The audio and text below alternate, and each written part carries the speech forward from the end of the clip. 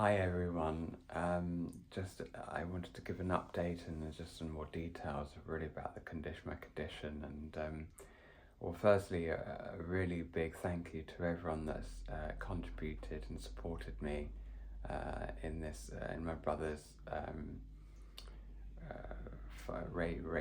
fundraiser so far. I think he's doing okay on the walk, I hear, although it sounds a bit challenging.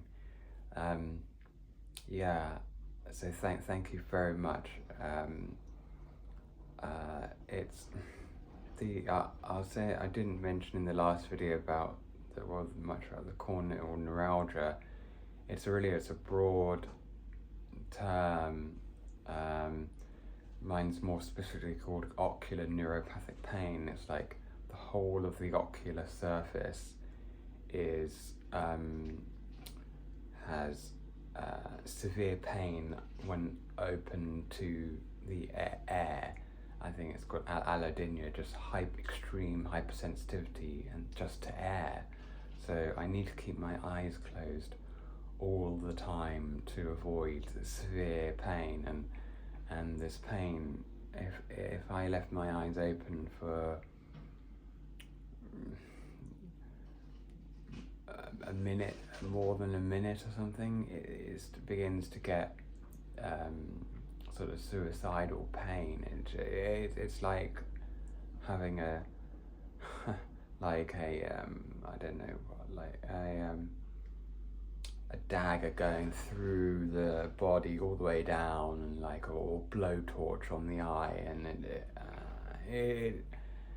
it's I never knew pain could, or this, I call it beyond pain, but I never knew it could exist in this manner. The condition really started, well, I guess probably 20 years ago, when I first had sort of a condition called blepharitis, and it can evolve into corneal neuralgia, but I only got diagnosed earlier last year, after even though I had seen so many ophthalmologists. I was just sort of dismissed as sort of having sort of dry eye and not knowing what was going on. But yeah, the real difficulty is trying to keep my eyes closed all the time. Like the eyes just want to open, and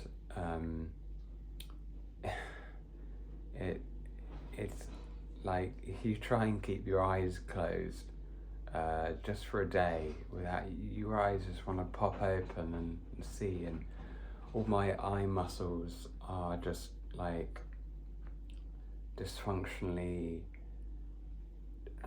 achy and tense, and it makes closing my eyes really difficult. So I need to avoid stimulus which tenses my eyes. That includes like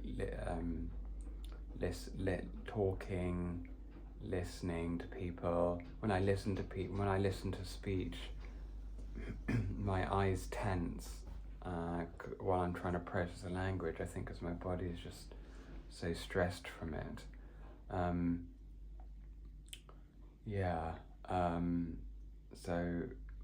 So my days are really just extremely challenging. If I could just have my eyes open, whenever I tried it with an anaesthetic eye drop, and that allows me to open my eyes for 20 minutes or so, but I feel like 70% better, although I can't use them because they damage the eyes, so you're not allowed to use them at all, really, on a regular basis. So I don't.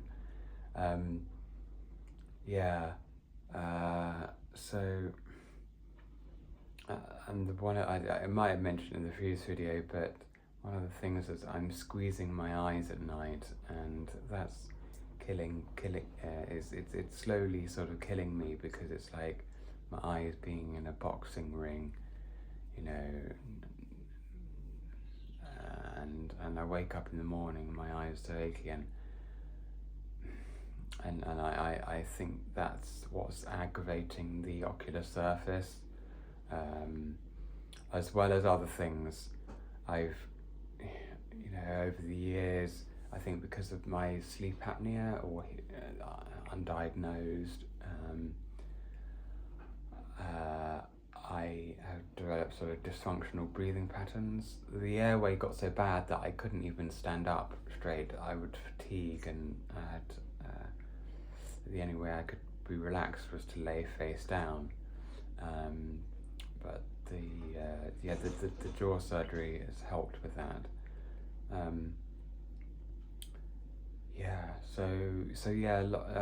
It's all very complex, and it involves a lot of my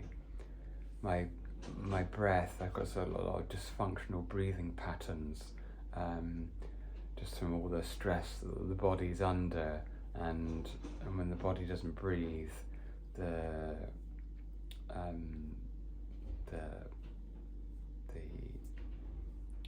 blood vessels don't get the replenishment that they need, and I know that most from I've experienced it with my eyes. So there's also posture related. So I have a sort of as long as I can get through the squeezing, I don't know how, that's the biggest unknown, and as long as I can keep my eyes closed, if I open my eyes, it's like I backtrack hours worth of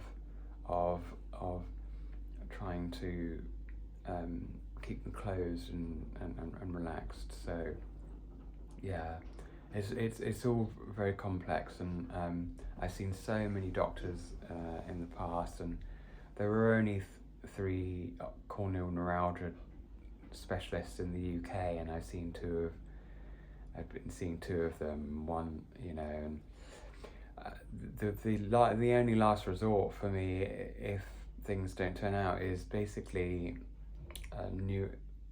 neuromodulation, where you have like a pacemaker and have electrical brain stimulation, or brain surgery, where they have electrical stimulation to cut out the pain, but it frightens me, and it will take a long time to do, because it can only be done, I think, through the NHS,